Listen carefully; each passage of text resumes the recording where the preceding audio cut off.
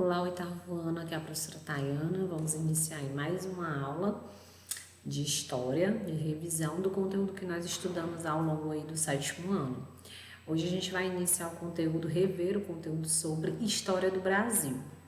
Então a gente vai estar revendo os pontos principais sobre a colonização portuguesa na América. Hoje nós iremos abordar um pouco mais o caráter administrativo, a política que foi implantada pela coroa portuguesa no nosso território.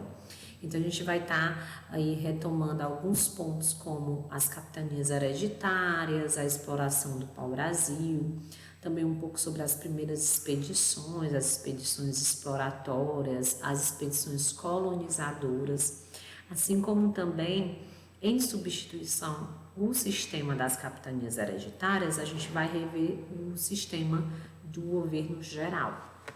Então, uma das primeiras coisas que a gente tem que recordar é o contexto histórico sobre a ocupação dos portugueses no nosso território, no território do Brasil.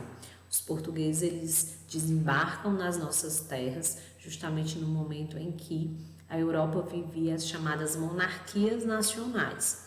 Nesse momento, eles estão investindo na expansão marítima e Portugal foi pioneiro nesse processo. Dentro das chamadas práticas mercantilistas, Portugal vai acumular, formar um grande império colonial, ou seja, ter inúmeras colônias. Uma dessas colônias foi o Brasil. Há um reconhecimento do nosso território como território português, oficialmente se deu em 1500, com o desembarque aí da tropa, de Pedro Álvares de Cabral, na região que hoje é o estado da Bahia, precisamente na cidade de Porto Seguro. Logo no início, o Brasil recebeu o nome de Terra de Vera Cruz. E esse ato, foi algo pontual para o reconhecimento e para a posse da coroa portuguesa sobre o nosso território. Inicia-se, a partir desse momento, a ocupação e a exploração do território do Brasil. Um ponto importante sobre as primeiras expedições que vieram para cá. As primeiras expedições, elas foram de caráter exploratórios, expedições exploradoras. Então, elas tinham como objetivo explorar os recursos disponíveis, reconhecer esse território, o que tinha no território do Brasil que pudesse gerar algum tipo de lucro para os portugueses. Então, inicialmente, a gente vai ter um grande desinteresse de Portugal sobre o Brasil. Por quê? Porque os portugueses estavam mais interessados no mercado nas Índias, no mercado da exploração de especiarias no território indiano, e também porque os portugueses não encontraram imediatamente no Brasil nem ouro, nem prata ou nenhum tipo de metal precioso. Então isso acabou gerando um certo desinteresse dos portugueses sobre o nosso território. O primeiro produto aos portugueses iniciarem a explorar no Brasil foi o pau-brasil. Eles observaram ao longo da nossa costa, do nosso litoral, a existência dessas árvores, da qual eles puderam então explorar a madeira, como também subtrair um corante que era vendido para atingir roupas e tecidos. A primeira tipo de mão de obra utilizada foram os nativos da terra, a mão de obra indígena, através aí do chamado sistema de escambo, ou seja, a troca, sistema de troca.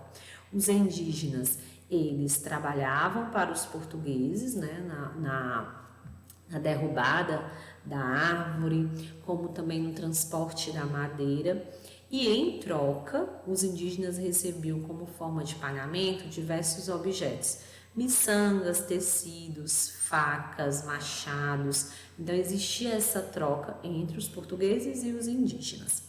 Ao longo do nosso litoral, os portugueses foram criando aí várias fortificações, as chamadas feitorias. Na verdade, elas tinham aí dupla função.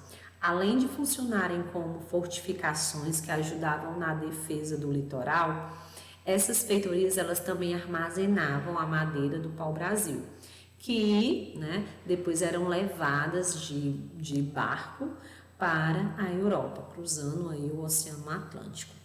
E também a gente vai ter logo nesse início a vinda dos jesuítas para o nosso território, as missões jesuíticas, que tinham como grande objetivo promover o cristianismo na colônia portuguesa. Tinha como principal objetivo a catequização dos indígenas.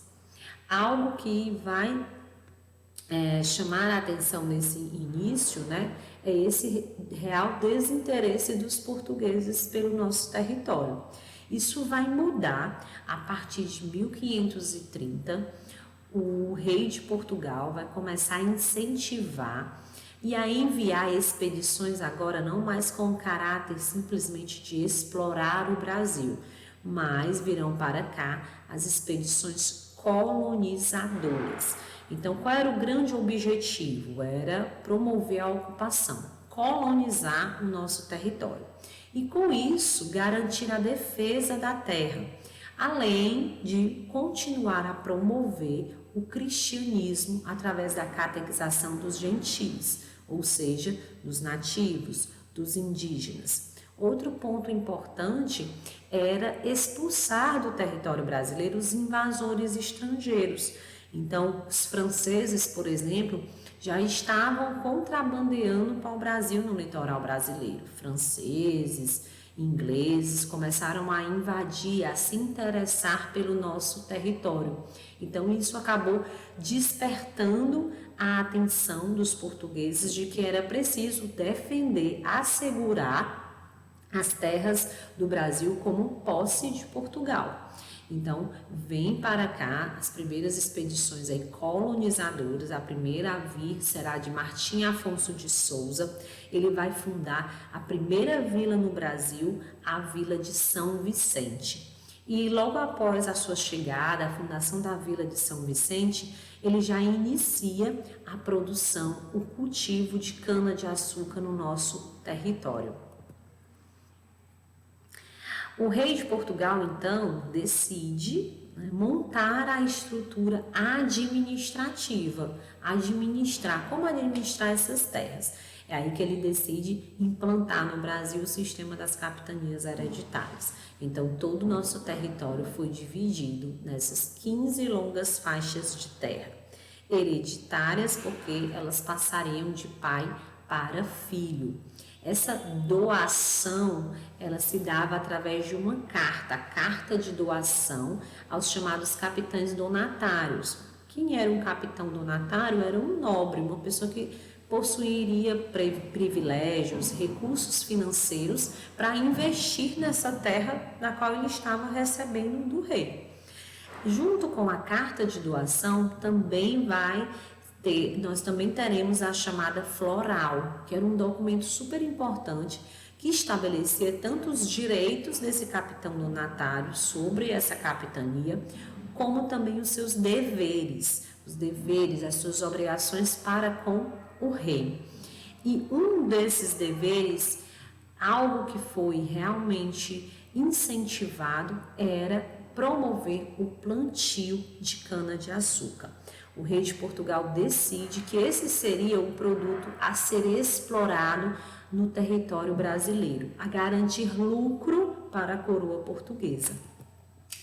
Eu trouxe para vocês, a gente consegue observar nesse quadro alguns dos direitos e deveres contidos na floral para os donatários, os capitães donatários. Então, ele tinha o direito de cobrar impostos dos colonos, tinha o direito de escravizar índios no trabalho da lavoura, doar terras. Então, o capitão donatário ele podia doar parte do seu território a outros colonos, as chamadas sesmarias.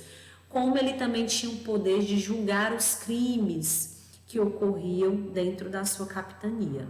Mas ele tinha também deveres. Então, ele tinha que pagar impostos à coroa portuguesa, ele tinha que promover a defesa da terra e colonizá-la.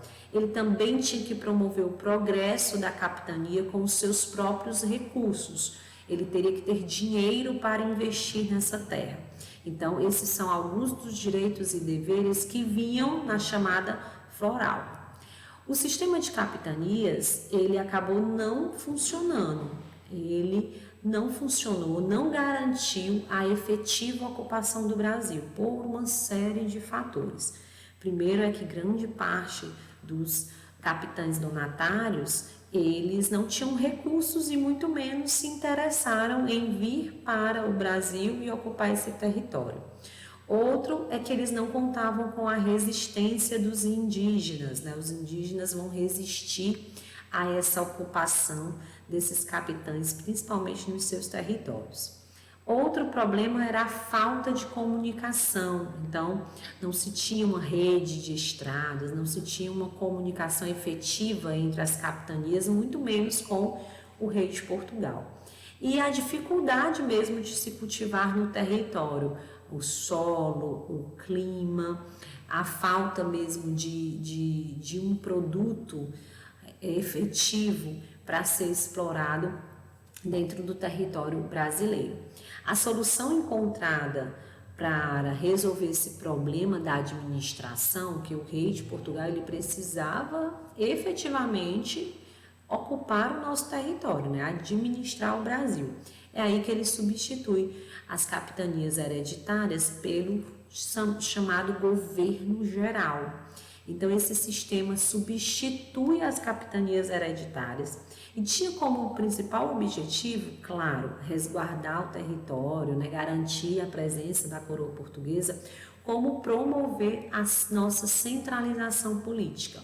Quem vai poder agora exercer esse controle sobre o território era o representante do rei, no caso seria esse governador geral.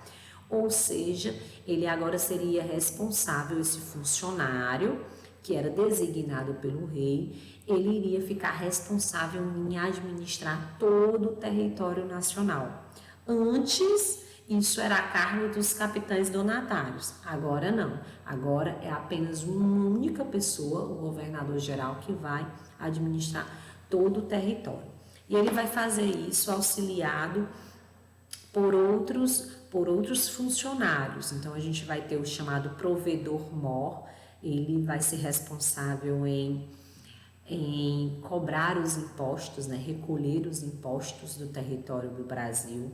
O capitão-mor vai ficar responsável pela defesa desse território e o ouvidor-mor vai ficar responsável pelo julgamento dos crimes. Além dessas funções, a gente também vai ter nas vilas, nas pequenas vilas e cidades, as câmaras municipais, que vão cuidar realmente da administração dessas cidades.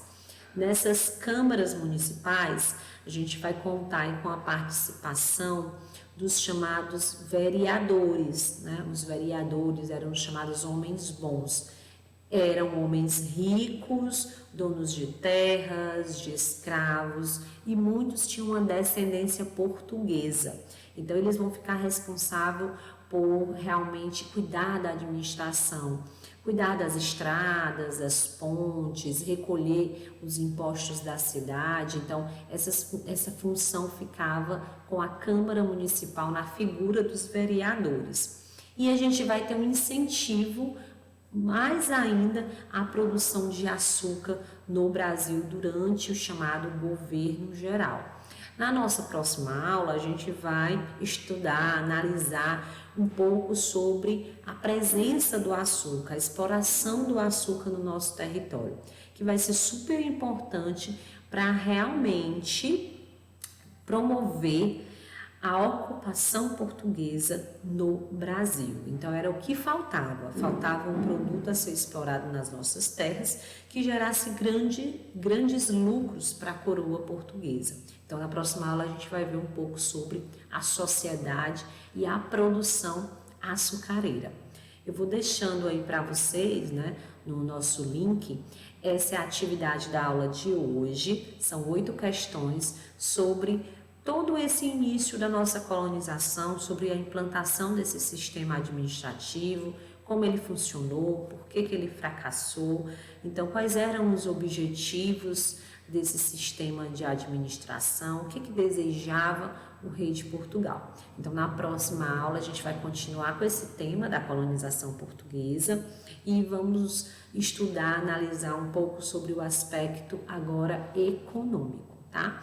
Então, vou encerrando a nossa aula de hoje. Até o nosso próximo encontro e bons estudos para vocês.